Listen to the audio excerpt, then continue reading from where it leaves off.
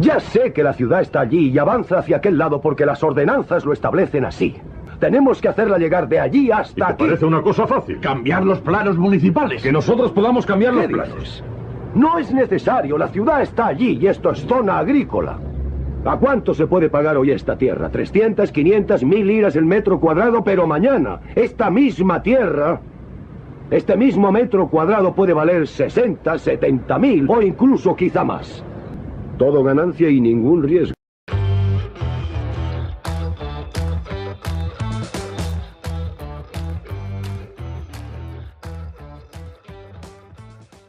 Bueno, ¿qué tal? Aquí estamos en la segunda grabación de Las Voces sobre la Ciudad, un podcast de la red Conflictos Urbanos, con María Barrero, Miguel Bravo Candela e Iván Díaz. Hoy tenemos aquí un invitado muy especial que ha venido desde Barcelona, aunque es sevillano, que es José Mansilla, antropólogo urbano, actualmente afincado en Barcelona, miembro del Observatorio de Antropología del Conflicte Urbà, del Grup de Treball Etnografia dels Espais Públics, del Institut Català d'Antropologia. Estoy haciendo un esfuerzo. Sí, eso es. Actualmente es profesor del Departamento de Ciencias Sociales y Comunicación de la Escuela Universitaria de Turismo Hostelea, centro adscrito a la Universidad de Lleida, interesado en las interrelaciones entre las clases sociales y movimientos sociales, en la construcción institucional de retóricas y discursos legitimadores de procesos de reforma urbana y en la influencia de las prácticas turísticas en el tejido social de las ciudades. Vamos a hablar, bueno, estamos aquí para hablar de su último libro, publicado con la editorial Bellaterra de Barcelona, La pandemia de la desigualdad, una antropología desde el confinamiento, que es un libro en el que reflexiona sobre el impacto del COVID sobre el espacio público y sobre este urbanismo sobrevenido. Sin más, les doy paso a los entrevistadores. Bueno, José, queríamos un poco contar con tu opinión y tus reflexiones, ¿no? Usando como excusa el libro, pero hablando también de temas de actualidad o más recientes o que han evolucionado a partir de la pandemia, pero que, bueno, que ya se han ido complejizando, ¿no? A lo largo de todos estos meses. Hay un extracto de tu libro que es muy interesante porque al final como que resume un poco lo que tú planteas, ¿no? Que lo voy a leer. Dice, la pandemia de la desigualdad no haría en este caso referencia única a la inequidad desde la que diferentes individuos y colectivos han enfrentado las consecuencias del COVID-19, sino al hecho de suponer una auténtica plaga, esto es, un fenómeno que extendido a muchos países y gran cantidad de individuos de un país o región, la desigualdad como sinónimo de enfermedad. No sé si quiere hacer algún comentario para Claro. así como para introducir y ahora ya pasamos a preguntas más concretas. Vale, sí.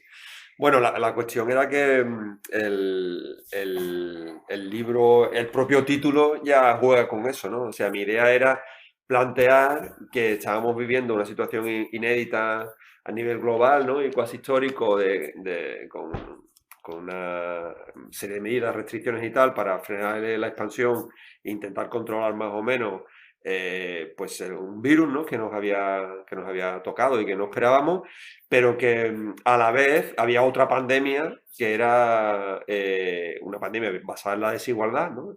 y que esa, pues, que llevábamos mucho tiempo conviviendo con ella y no la habíamos visto tan claramente, ¿no? O sí que la veíamos, pues eso también lo he comentado a lo largo del libro, pero quedaba un poco como oculta, etcétera, ¿no? Y que de hecho, jugando con esos dos conceptos, mi idea del libro es decir que lo que nos había mostrado precisamente la pandemia es que más que una enfermedad, digamos, física o biológica, estábamos también asistiendo a la demostración de que vivíamos en una sociedad enferma, precisamente enferma de desigualdad. Perfecto, un poco también en lo que comentas empiezas a diferenciar, o sea, cuando hablas de desigualdad también te refieres a pobreza, te refieres a exclusión social. Y ahí haces una lectura un poco de cómo se ha ido también transformando las ciudades, puramente el urbanismo, qué tipo de barrios se generan, pero también cómo las estructuras del Estado se hace el gasto policial, ¿no? Sí. La estructura de seguridad del Estado, la estructura de bienestar del Estado, ¿no? Que se transforma, pues empezó siendo la estructura del bienestar, pero acaba siendo una estructura que se accede por el trabajo, ¿no? El workfare que tú hablas. Sí. Entonces, todo ese tipo de transformaciones nos llevan a un tipo de sociedad que da a lo que tú hablas de esa pandemia de desigualdad que no se ve, y entonces puedes desarrollar un poco esa diferencia entre esos conceptos y esas transformaciones que ves tú.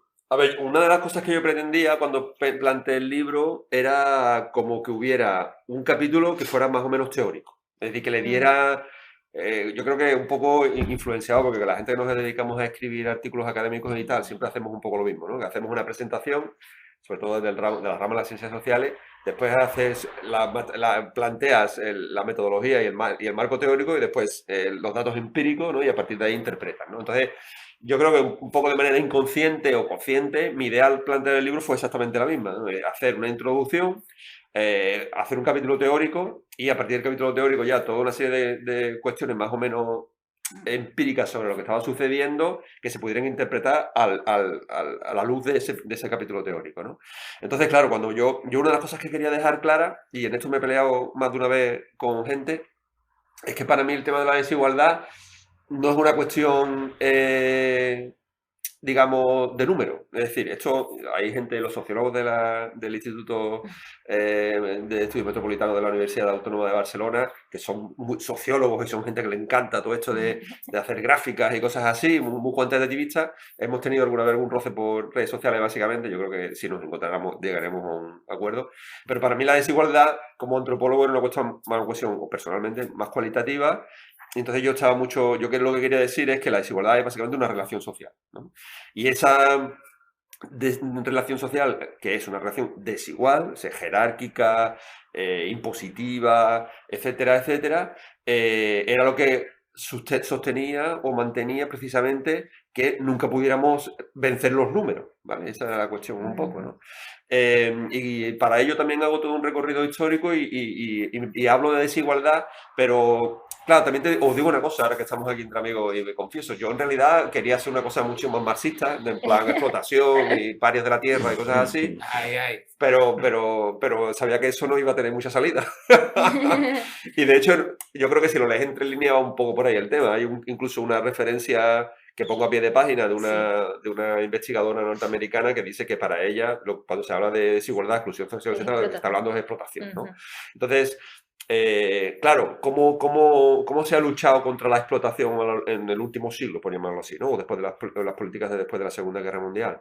Pues primero, en un enfoque más socialdemócrata, por llamarlo así, que era un intento desde el Estado y con los instrumentos con los que cuenta el Estado por transformar o al menos diluir la fuerza de la estructura y del sistema capitalista sobre las personas y sobre esa desigualdad, ¿no? Sobre esa relación.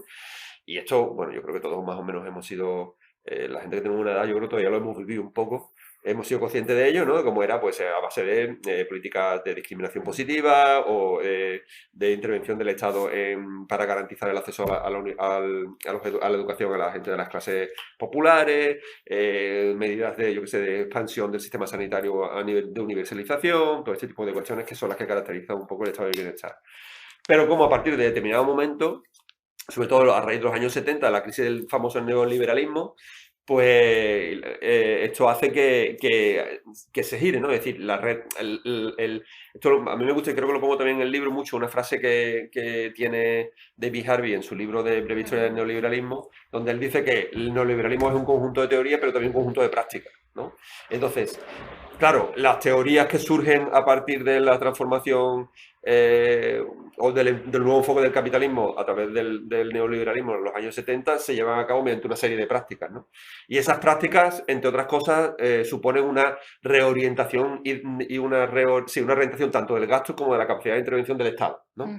Y esto lo saco, de hecho, aprovecho también que me estáis grabando para recomendar un libro que leí hace poco de Capitán Swing que se llama Cuando me llaman terrorista, que es precisamente de una chica, que no recuerdo exactamente el nombre, Patrice, perdón, que es una de las fundadoras de Black Lives Matter, ¿no? Y ella hace como en carne y hueso, explica precisamente cómo se pasa, cómo hay ese paso en el contexto de Estados Unidos, que yo creo que es donde se ha vivido eso de forma más radical, del estado del bienestar, por llamar de alguna manera, del welfare al warfare o lo que llama este hombre, Louis Bakuan, lo que llama el estado securitario, ¿no? Que es básicamente, al hacer esa reorientación de la acción, ya no te diriges a la modificación de las estructuras que impiden la desaparición de la desigualdad, sino básicamente a hacer llevable esa desigualdad como porque la desigualdad es la base del sistema. Entonces, lo que hacen es, digamos, toda una serie de políticas directas, pero también a través de violencia simbólica, etcétera, que estigmatizan colectivos completos y redirigen el gasto de precisamente todo lo que se pretendía anteriormente a nivel de servicios sociales, etcétera, a un control de la población directo y sobre todo el uso de las herramientas penales para eliminar directamente o poner a buen recaudo a la población que no encaja con lo que se supone que son las prácticas neoliberales, ¿no? Y entonces eso era un poco el debate que planteo en todo este capítulo, que creo que es quizás el más arduo porque es el más teórico.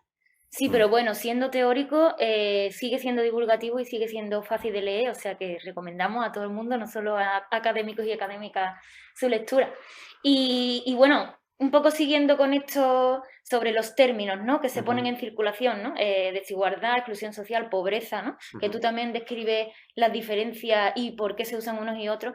Y terminas un poco también mencionando cómo se ha puesto de moda, entre comillas, la palabra vulnerabilidad, ¿no? Sí. A mí personalmente me interesa mucho cómo tú criticas un poco esto, si quieres contarnos un poco. A mí es que me da mucho coraje. A mí el tema de la vulnerabilidad me da mucho coraje. Hay una serie de palabras, es que, claro, la sociedad contemporánea es una sociedad que se mueve a través de mensajes, ¿no? Es decir, esto es, bueno, una de las características si queremos verlo así, de la posmodernidad, ¿no? Es decir, construimos la realidad a través de el instrumento de lo que supone la comunicación y el lenguaje, ¿no? Y entonces hay una serie de conceptos que se convierten como en elementos a que todo el mundo adora, ¿no? Que si lo queremos ver desde el punto de vista más positivo, pues existen, yo que sé, toda una serie, ¿no? Ahora, pues estamos de moda todo el tema de la sostenibilidad, lo smart o lo inclusivo, ¿no? Y claro, ¿quién está en contra de ser algo sostenible, smart o inclusivo, ¿no?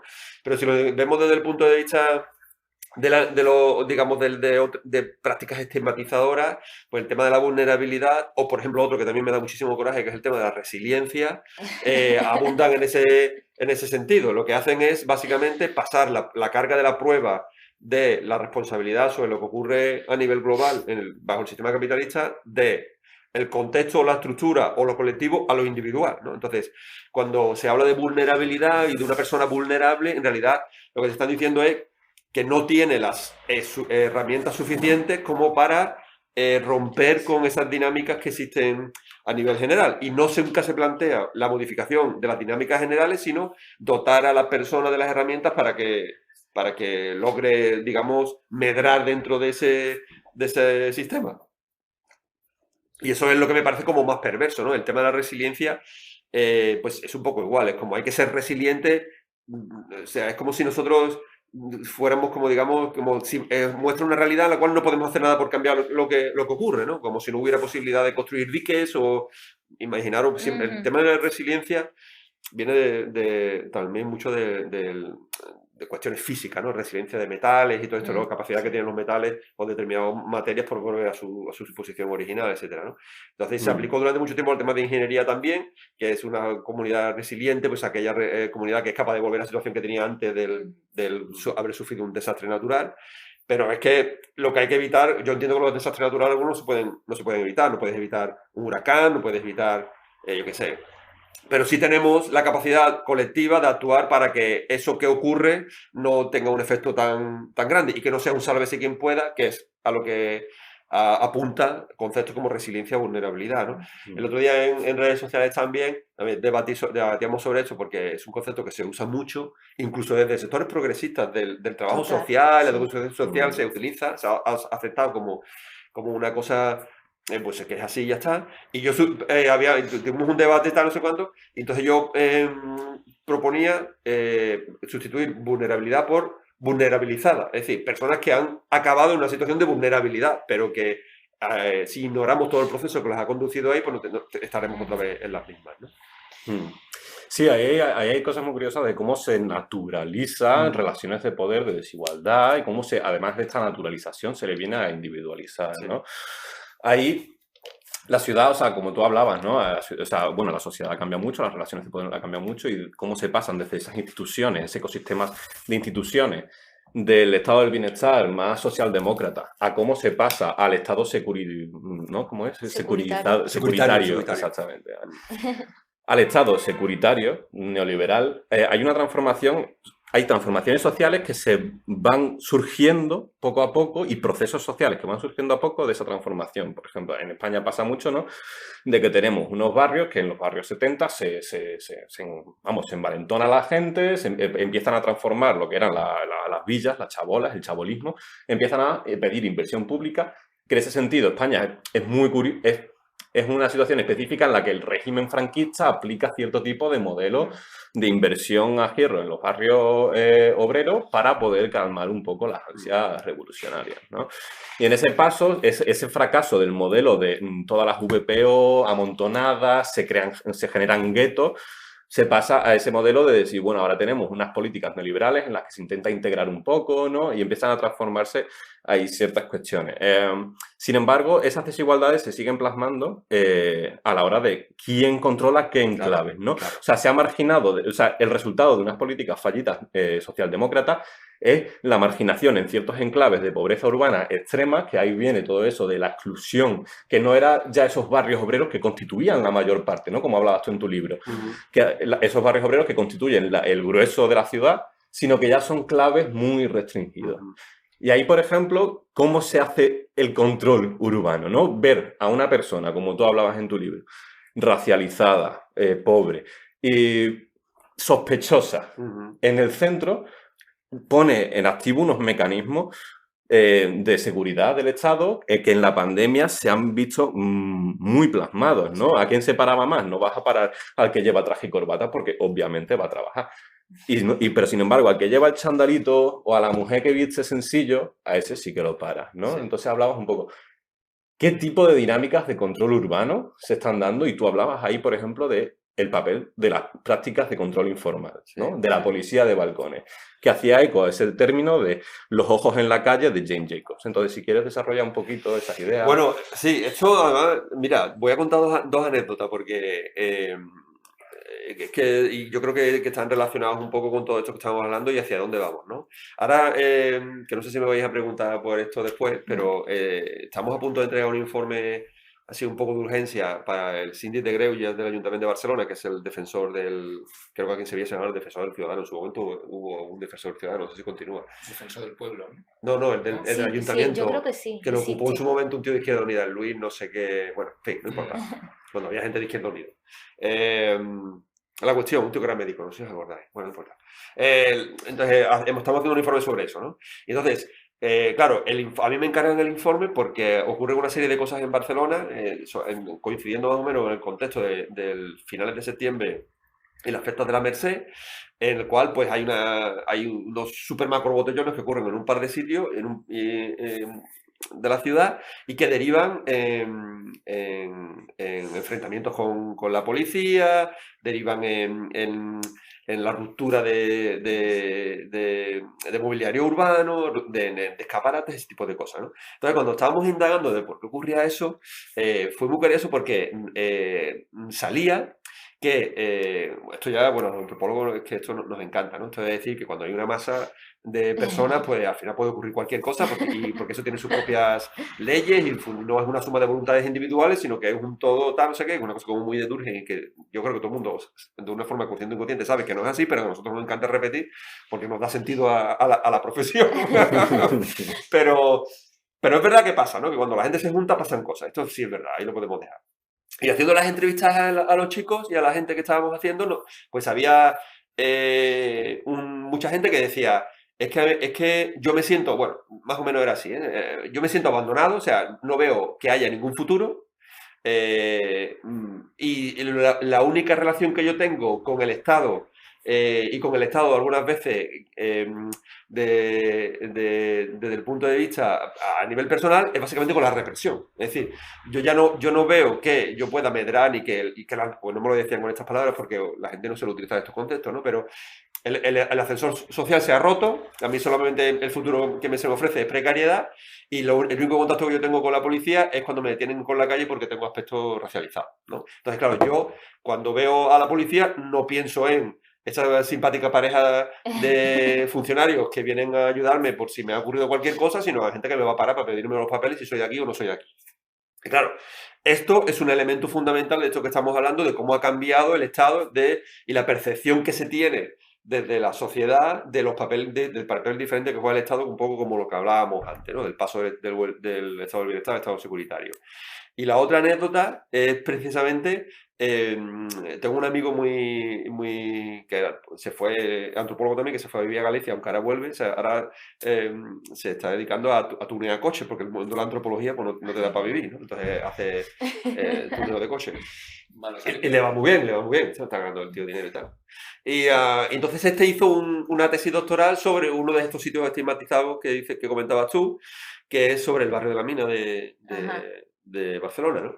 Y claro, ahí eso es un ejemplo clásico de intervención desde un punto de vista neoliberal en la situación en la herencia de aquellos barrios que se pusieron en marcha en los años 60 y 70 en grandes capitales, entre ellas Barcelona, y qué resultados ha tenido, ¿no? Entonces, los resultados que han tenido siguen siendo los mismos, pero se puso el acento sobre determinadas cuestiones que parecían desde unas prácticas neoliberales que eran la solución al problema. Y era básicamente ¿cómo se llama esto?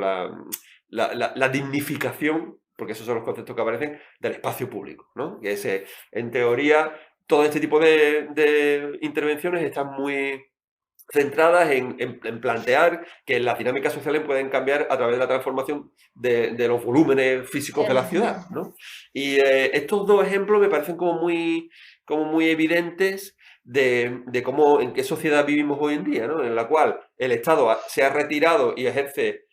Bueno, también hay que decir una cosa, es decir, afortunadamente Europa, España, Cataluña no es ni el Reino Unido ni Estados Unidos, es decir, y las dinámicas de neoliberalización no llegan a todos lados igual, ni tienen la misma intensidad y son cuestiones muchas veces de carácter cuasi invisible y se dan pasos adelante y pasos atrás, esto hay que reconocerlo, es decir, que no es que vivamos nosotros en un mundo, yo qué sé... sin conflicto. Sin conflicto, no, y es exacto, ¿no? Y de cruce entre las políticas, etcétera. Pero sí que es verdad que lo que nos muestra es que en la sociedad actual hay un todo, o sea, hay una especie como de casi sálvese quien pueda, ¿no? Por eso encajan también términos como vulnerabilidad y resiliencia, ¿no? Eso está formado todo parte del mismo paquete, y que cuando se interviene a nivel desde las administraciones para acabar con determinados yo qué sé, pues barrios o calles que tienen o sufren problemas muy concretos, vinculados sobre todo con si quieren poder recuperar los conceptos de antes, ¿no? Exclusión social, desigualdad, etcétera, se hace desde el punto de vista físico, ¿no? Parece como que eso va a ser un ensalmo, que del palo que yo te pongo aquí una pista de skate, que inmediatamente todo el mundo... no sé, hará skate y se lo pasarán pipa y entonces dejarán las drogas y las pistolas, ¿no? Entonces, y esto es súper típico y claro, es muy interesante porque yo realmente tengo la teoría de que estas cosas no ocurren tanto porque haya una decisión clara detrás, sino porque este tipo de soluciones son funcionales al sistema, en el palo. Como arreglar la mina es prácticamente imposible, a no ser que te gastes mucho dinero y tengas un horizonte temporal largo, pues hago una intervención más a pequeña escala y más clara, que además luce mucho porque en la calle se ve y tal, y parece que estoy haciendo algo, aunque los problemas siguen estando. Sí, es un tipo de chantajismo al final, ¿no? Es el ayuntamiento, te pone una pista de skate, ¿no? O un parquecito y te dice, ahora se tenéis que portar bien. Sí, exacto. ¿no? Sí, y este chantaje, ¿no? Sí. Esa es la base de la crítica que estamos haciendo también desde Barcelona, algunos, a todo el tema del urbanismo táctico. Por ahí iba a seguir, así que iba a seguir claramente por ahí porque al final como arquitecta reconvertida es un tema que me interesa mucho, ¿no? Como, tú... Reconvertida y arrepentida. Casi. Sí. Tú mencionas y usas mucho a Lefebvre, bueno, todas y todos porque al final somos fieles seguidores de su obra, pero la idea de que el urbanismo no es algo neutro, ¿no? Sino que es algo que es una práctica que es ideológica y que está cargada de intencionalidad, así lo quería yo ligar un poco a tu crítica que conocemos a la superilla y en general al urbanismo táctico, que aquí en Sevilla también hemos conocido varias experiencias, ¿no? Que se presentan como la revolución del urbanismo, Exactamente. cuando es claramente, o al menos a mi parecer, como la pintura brillante sobre el asfalto, ¿no? Esa idea de eso va a solucionar todo y va a arreglar los problemas de la ciudad. Y al final tú mencionas en el libro que es como una solución o una idea de ciudad claramente de clase media, ¿no? Sí. Entonces, bueno, si quieres contarnos un poco cómo lo has vivido tú el tema de la superilla en Barcelona y también extenderlo a otros ámbitos. A ver, sí, el tema, a ver, yo que soy un hater de la superilla, me confieso como tal, porque lo he visto desde el principio, es decir, yo Bueno, estuve... perdona, si Sí. quieres explicar un poco Va, qué ¿qué es la para superilla? quien no... Sí. Vale, una superilla es una... Illa en catalán es isla y el ensanche, el Eixample de Barcelona, está dividido en una serie de islas que son, digamos, bloques ortogonales de aproximadamente 100 metros cuadrados cada uno, que son, digamos, lo que constituyen el mapa de la ciudad, ¿no? Es decir, si tú miramos Barcelona desde arriba, vemos el centro histórico y alrededor toda una especie como de pues eso, ¿no? De extensión, de ensanche de ese propio centro basado en unas islas de viviendas, de casas que cubren y se extienden por lo que antiguamente que no se conocía como la Plana de Barcelona y que de hecho unieron a actuales barrios que eran antiguos pueblos formando un entramado único, ¿no? Entonces, cuando se habla de superilla, eso es una idea que lleva rondando mucho tiempo, lo que se habla es de considerar varias de estas illas conformando una illa única. Como un ¿no? grupo de manzanas, Exacto, ¿no? como un grupo de manzanas, efectivamente, lo has explicado mejor que yo. Normalmente suelen ser 9, serían, digamos, un cuadrado formado por 3 en cada una de sus lados, ¿no? Y entonces lo que se hacen son intervenciones de pacificación, básicamente, en los extremos y en el interior, de tal forma que todo el espacio que antiguamente dividía a esas manzanas, que era para el coche, ¿no? eran calzadas, pues se recupera teóricamente para el uso peatonal por parte de la gente, ¿no? Entonces, yo recuerdo que en el año 2016, llevaba un año solamente en el gobierno Ada Colau, se hizo la primera presentación, yo estuve allí y solamente ver el plantel que había, ya me olí yo, como se suele decir aquí. Me encanta venir aquí porque recupero expresiones como ya me olí la tostada, que es básicamente de qué iba aquello, ¿no? Entonces estaba además, se hizo una especie como de presentación pública que es también muy de la nueva política, muy rollo de performance, allí en la calle, sentados, rodeados de todo el mundo, donde se sentaron. No recuerdo si estaba la propia alcaldesa o estaba solamente la concejala de urbanismo, Janet Sanz, pero el que sí estaba era Josep Bohigas, hijo de Oriol Bohigas, y padre del modelo Barcelona y padre de la introducción de la superilla, y hasta ese momento, y creo que todavía sigue, director o responsable de Barcelona Regional, que es la agencia urbanística del Ayuntamiento de Barcelona. Y lo más curioso de todo, me parece que también estaba Salvador Rueda, pero no recuerdo. Lo más curioso de todo es que habían puesto a un vecino también, ¿no? O sea, era como el cuarteto mágico. También es una cosa también muy de la nueva política, ¿no? De poner a un vecino como representante de los intereses para que se vea que realmente la política en aquel momento, el Ayuntamiento de Barcelona había cambiado y estaba con los vecinos. Claro. Y el pobre vecino que yo lo conozco, que se llama Jordi, estaba ahí un poco diciendo que me ha tocado y aquí estoy, ¿no? Entonces se presentó lo que se iba a hacer, ¿no? Y claro, es que la crítica a esa primera superilla sería como casi como para empezar y no acabar, pero la idea yo creo que sustenta todo esto es de nuevo caer en pensar que una intervención física en la ciudad, así de gestión de volúmenes, de circulación, de obra pública, etcétera, aunque sea mínima, va inmediatamente a suponer una especie como de ensalmo por la cual todo el mundo hará uso de ese espacio tal y como se ha pensado desde las propias administraciones, que no dejan de ser gabinetes de arquitectura, ¿no? Entonces, claro, lo primero que hicieron fue una intervención muy mínima en base a pintura en la calle, a cerrar la circulación con determinados con bloques de donde había macetas con bancos y cosas así. Y lo siguiente que vino fue el rebote por parte de los vecinos porque no se había contado con ellos, ¿no?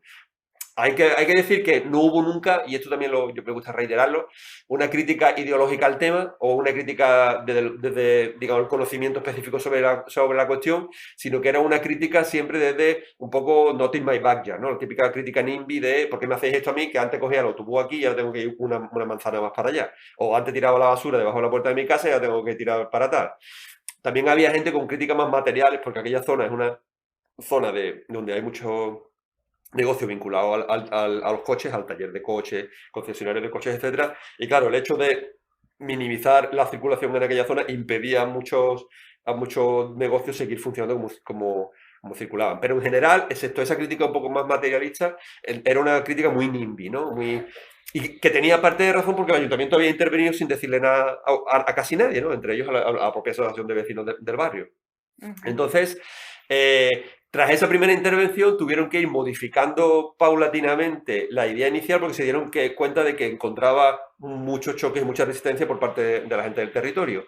Y incluso fueron modificando esas mínimas inversiones iniciales que se dieron cuenta que no eran suficientes como para generar la actividad social o la construcción de las relaciones sociales sobre arriba. Entonces colocaron parques infantiles, colocaron toda una serie de cosas. Y viendo que tampoco acababa muy de tirar o en el mismo recorrido de hecho, a mí una cosa que me llamó muchísimo la atención fue que incluso contrataron o contaron con la Facultad de Arquitectura para que diseñaran allí, ellos mismos, los alumnos, cómo iba a ser el mobiliario urbano, cómo iba a ser la calle. O sea, todo era pensado desde unas supuestas mentes privilegiadas que tenían las herramientas técnicas suficientes como para determinar qué tipo de comportamiento iba a ser, ¿no? Claro, aquello no funcionó o no funcionó de la manera que se esperaban, entre otras cosas porque la zona es una zona que no tiene una mixtura de usos apropiada para que la gente, digamos, ni siquiera recorra el espacio. Es una zona de oficinas, es una zona de talleres de coches y cosas así, y no hay una gran cantidad de vivienda y las calles no se usan en ese sentido como sitios para ser recorridos y paseados. Hasta que en una de las illas que conforman esta superilla, en una de las manzanas, pusieron un colegio de forma provisional, ¿no? Y entonces, claro, eso ya anima el territorio y ahora es verdad que se ha convertido en una cuestión más viva en ese sentido. Entonces, claro, los grandes defensores de la superilla pues dicen que, claro, que sí que se usa, tal, no sé cuánto, porque los padres del colegio están allí de forma tal, y que cuando salen del cole pues se quedan allí todo el tema. Claro, esto lo hago yo también en el cole de mi hija sin que haya ninguna superilla, ¿no? Entonces... Bueno, es que volvemos a lo mismo, es decir, es un intento de modificar los comportamientos sociales de la gente en base a la intervención física del territorio. Además, en un barrio que aparte de tener poco uso, es un barrio que cada vez es más de clase media, porque el Poblenou está sufriendo desde hace años una transformación muy fuerte y ha dejado de ser el típico barrio obrero que era el Manchester catalán y ahora es un barrio de clase media, ¿no? Y también me gusta poner siempre el mismo ejemplo, porque recuerdo que una vez se había organizado en la superilla, autoorganizado, ellos dicen que están autoorganizados y tal, no sé qué, no sé cuánto, autogestionados, una especie como de actividades vinculadas con ¿qué era? Con una especie como de sensibilización y concienciación sobre el tema de los inmigrantes que cruzaban el estrecho, ¿no? Entonces hubo allí una exposición al aire libre con actividades para los niños, no sé qué. Yo me acuerdo que me llegué, entonces la que llevaba el tema era una chica de origen belga que tiene a sus hijos metidos en un colegio concertado, precisamente para que no se junte con los inmigrantes. Entonces, claro, esto es para mí, cuando yo critico que el espacio público es un espacio para las clases medias, me vengo a referir a ese tipo de cuestiones, que somos capaces de separar completamente a nivel discursivo y personal el hecho de que es muy guay pasar una exposición abierta en una cosa que se llama la superilla, que al final se ha convertido en una marca, pero a la vez yo sigo llevando a cabo comportamientos propios míos que son, y de mi clase efectivamente, que son teóricamente excluyentes con las dinámicas que estoy intentando presentar, ¿no? Y bueno, un poco todo eso. Eso es lo que yo vi allí y lo que realmente, y lo he seguido viendo, y es lo que realmente me hierve más, ¿no? Y después, con lo que habéis comentado vosotros, y ya con eso acabo, porque si no me enrollo, todo el tema porque no deja de ser un urbanismo moral. del palo, que establece cuáles son los comportamientos Aceptables. adecuados y aceptables por el resto de la gente. Claro. Y esos comportamientos vuelven a ser comportamientos de clase media, Exacto. del tipo hacer una exposición al aire o una serie de actividades para los niños para concienciar sobre la cruce del migrante del estrecho, bien. Hacer una botellona, mal, ¿no? O cualquier otro tipo de cosas, ¿no? No, claro, creo que esa es una idea súper potente que comparten todas estas disciplinas del estudio urbano, ¿no? No es simplemente el hecho de construir un espacio físico que genere, como dices, ¿no? Esa ideología fetichista del espacio de este espacio construido, físico, parque, plaza, tal, lo construyo y genera comportamiento, sino que para generar un lugar, para construir un lugar, hacen falta muchos otros procesos sociales. Claro. Que son mucho menos amables de lo que pensamos. Eso se ve, pues, el fracaso de la superilla, ¿no? Con que no ha generado un comportamiento, pero que jugaba todo dentro de un ámbito de clases medias, ¿no? Sí.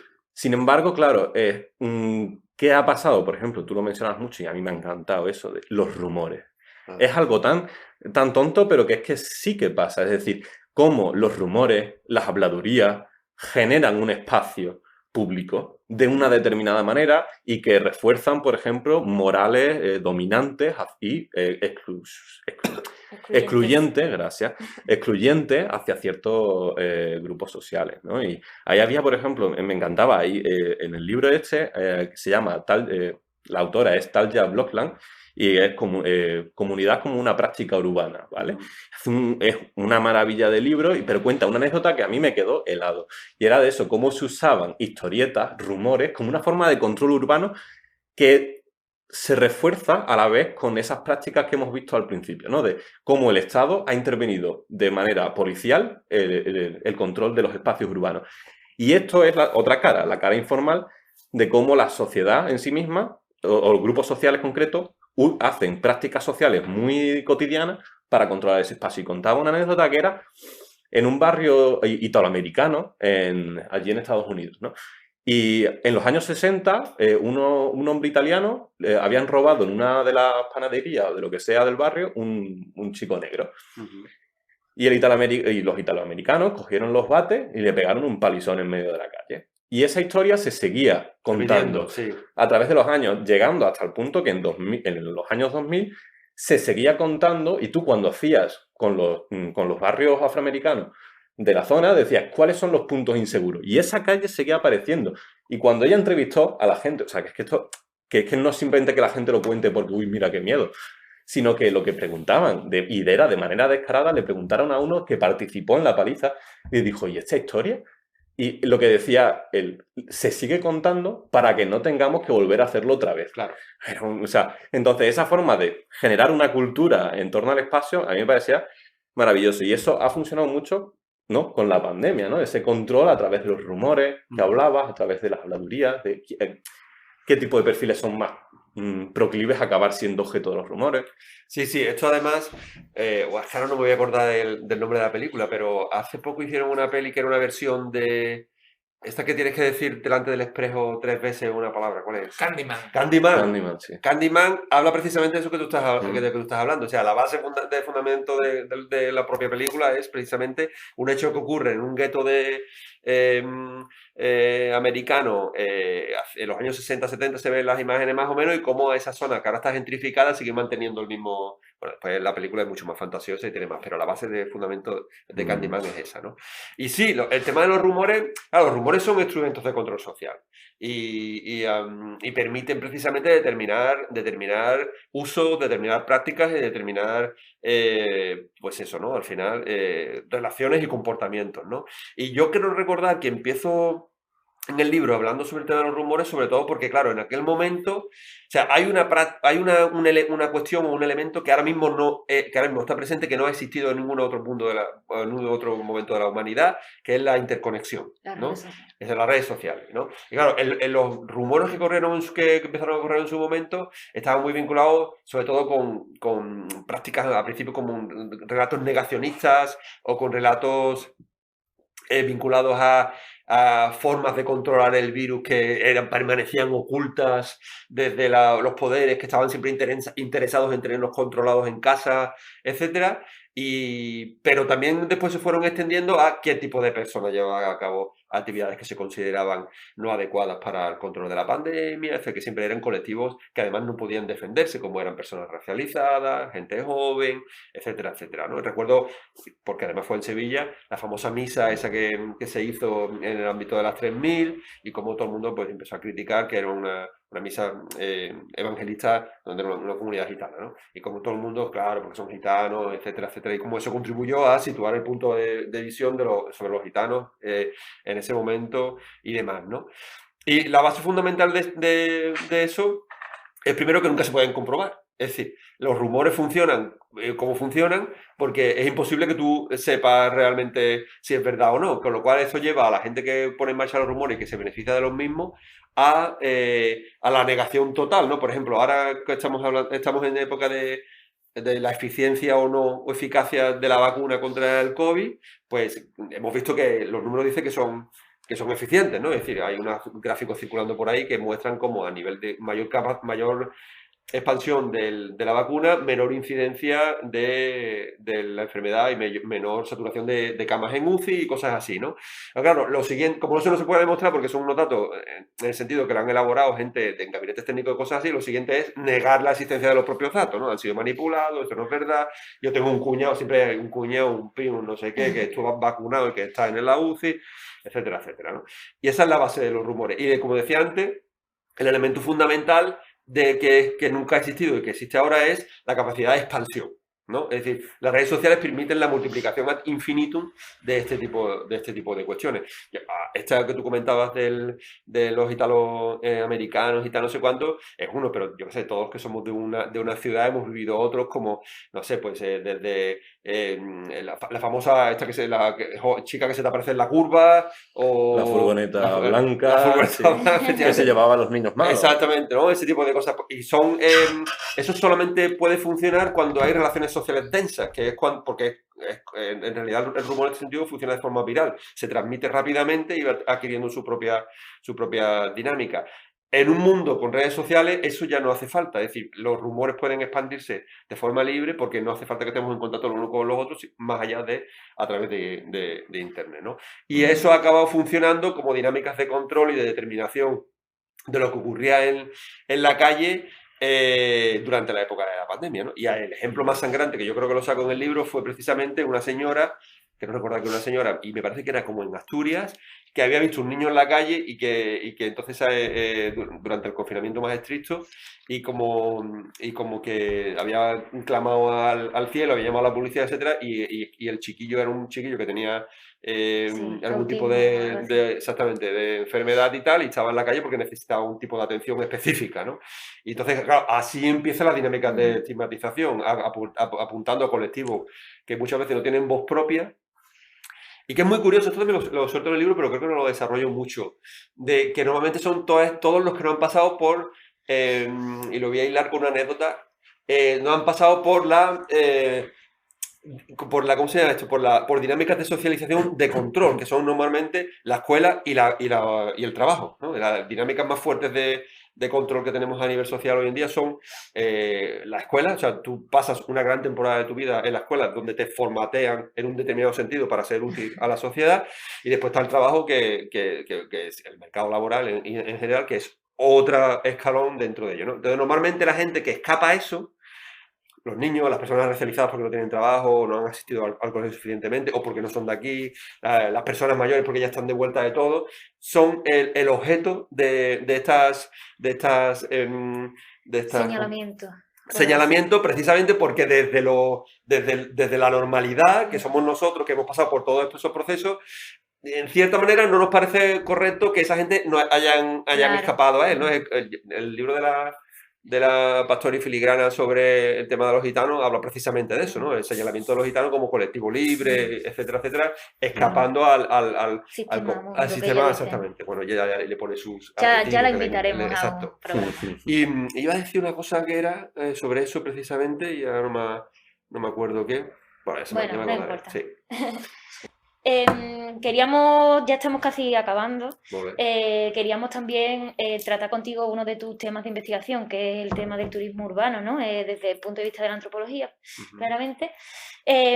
Bueno, un poco relacionado con la pandemia y con cómo se ha ido transformando, porque al final esta actividad económica ha sido una de las principales afectadas por el confinamiento y por las restricciones de viaje, etcétera. Y bueno, también queríamos, tú como investigador, como conocedor de esta práctica, ¿no? Que al final también es una práctica cultural, etcétera, entre muchas otras cosas, ¿cómo ves tú que va a evolucionar un poco el turismo a partir de la pandemia o no? O si se va a quedar igual y se va a seguir reproduciendo un poco las mismas dinámicas, o no sé si hemos aprendido algo, ¿no? Es que es una de las grandes De la pregunta. Sí, sí. reclamos ahí de la pandemia. Bueno, me encanta esta pregunta porque ya la he respondido muchas veces. Todavía la tengo preparada. La tengo que pensar mucho. A ver, y esto yo creo que lo planteo también en el libro, que no sé si está directamente relacionado con el turismo o por otros aspectos, ¿no?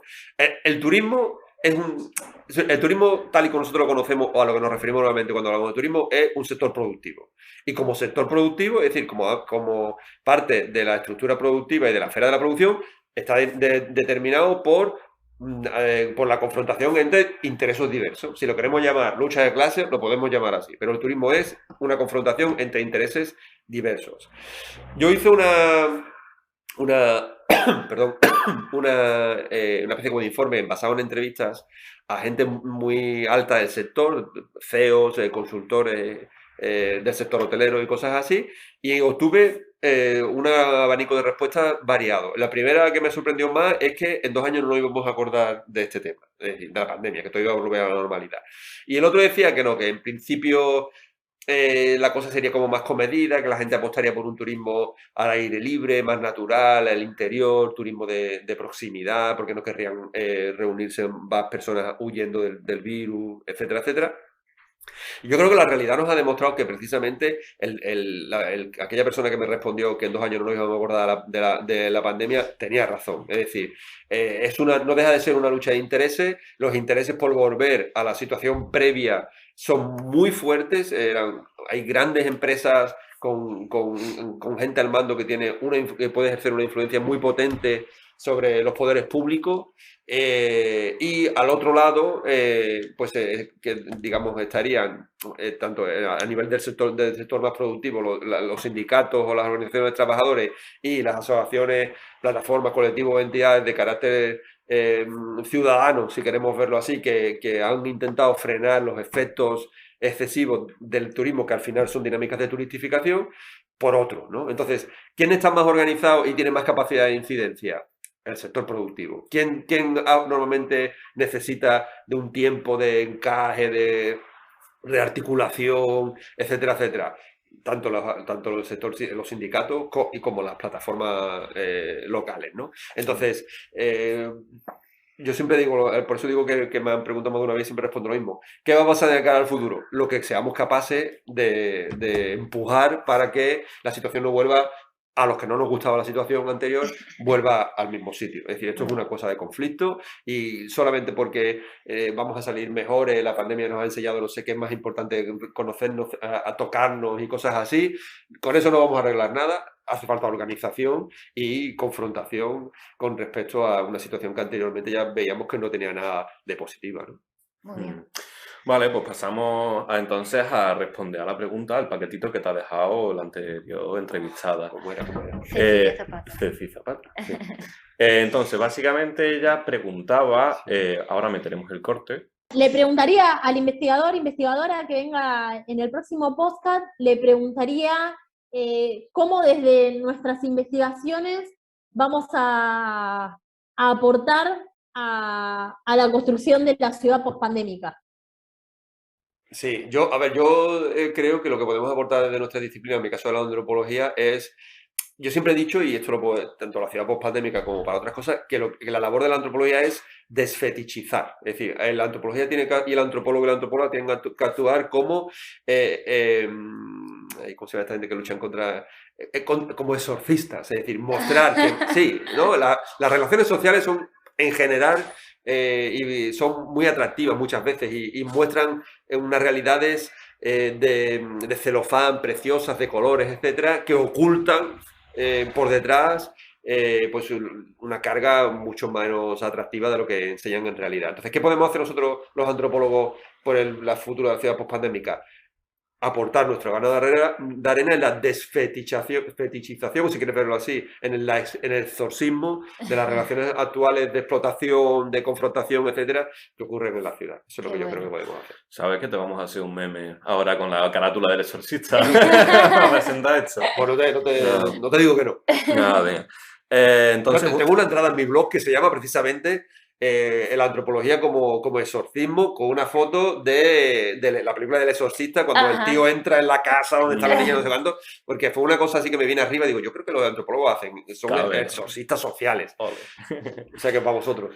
Vale, pues entonces ya simplemente un poco para terminar ya este capítulo, ¿no? Que queríamos que respondieses a 2 preguntitas que estamos haciendo a todas las entrevistadas. Vale. Entonces, bueno, María, ¿te lanzas tú? Venga, sí, vale. La primera sería, ¿qué palabra, concepto, idea usarías? Ya conocemos algunas a partir de tus anteriores libros, ¿no? Para definir la ciudad o lo urbano, ¿no? Siguiendo un poco a tu maestro Manuel Delgado. Conocemos de ti el libro Ciudad de Vacaciones, Mierda de Ciudad, o incluso Barrios Corsarios, que también son conceptos muy sugerentes, ¿no? Pero no sé si ahora, a partir de tu nuevo libro, quieres proponer algún nuevo concepto, alguna nueva idea para definir. No, bueno, los libros es gracioso porque los títulos han ido adquiriendo, digamos, el título que en aquel momento nos iluminaba, ¿no? O sea, el de Mierda de Ciudad es la canción de Cortatu, no de Escorbuto, y fue sugerida por el editor de Polen en su momento, y yo me quedé así como a cuadro porque era el primer libro, yo lo primero que pensé fue, ¿qué va a decir mi madre? Que el primer libro se llame Mierda de Ciudad, ¿no? El de Barrios Corsarios estaba inspirado en los escritos corsarios de Pasolini, ¿no? Que nosotros, tanto los 3 coordinadores del libro, seguimos siendo grandes fans de Pasolini, y entonces estaba inspirado por eso. Y tenía precisamente un carácter mucho más propositivo y más positivo, porque Mierda de Ciudad era como todo lo negativo que pasaba en la ciudad, mientras que Barrios Corsarios era como había ejemplos de resistencia y de propuestas, ¿no? en otros ámbitos. El de Ciudad de Vacaciones es un juego de palabras con, ya sabemos, ¿no? Marinador y todo eso. Y bueno, está también el de este que no está en papel, sino que es digital, que se llama La Ciudad Mercancía. Ajá, verdad. Que surge como consecuencia de las terceras jornadas internacionales de antropología del conflicto urbano que se llevan a cabo en Buenos Aires. Y el último es de la pandemia, ¿no? Que ese ya sí que es mío propio. Yo es que, no sé lo que me pasa últimamente, será que me estoy haciendo mayor, que apuesto por algo más propositivo y positivo a la hora de enfrentar la ciudad, de los problemas de la ciudad, ¿no? Entonces, yo creo que, ahora me voy a decir una cosa que cuando me escuchen mis amigos me van a cajar, pero yo que tengo un poco de esperanza en que algo cambie, ¿no? Y entonces, no sé, si queréis, en plan gramsciano, ¿no? Contra el pesimismo de la razón, el optimismo de la voluntad. Espacios de esperanza, ¿no? De Harvey. Espacios de esperanza de Harvey también, sí. Entonces yo creo que lo que define la ciudad es la gente. Y afortunadamente, y ahora que estamos aquí, hay muy buena gente en la ciudad a partir de la que construir cosas. Y con eso me quedaría. Qué bonito. Ahora a cajar, te digo yo. Bueno, si quieres decirnos ya, cierre, ¿qué pregunta deja? Realmente ahora mismo está un poco en el aire, no sabemos quién viene en el siguiente episodio. ¿Pero tenéis opciones? Bueno, sí, ¿no? Está confirmado que Beltrán. Sí. Beltrán Roca, antropólogo también de la Universidad de Cádiz. Venga, vale. Por si acaso, tú lánzala un poco ahí, por si acaso al aire. Bueno, como Beltrán Roca yo me he leído algún libro suyo de esto de antropología anarquista y cosas así. En fin, otro día hablaremos de ese tema. Pero me gustaría, si Beltrán quiere responder, cómo enfrentaría desde esas posturas teóricas y políticas al futuro de la ciudad. ¿Vale? Genial, pues ahí se lo lanzamos. Muy bien.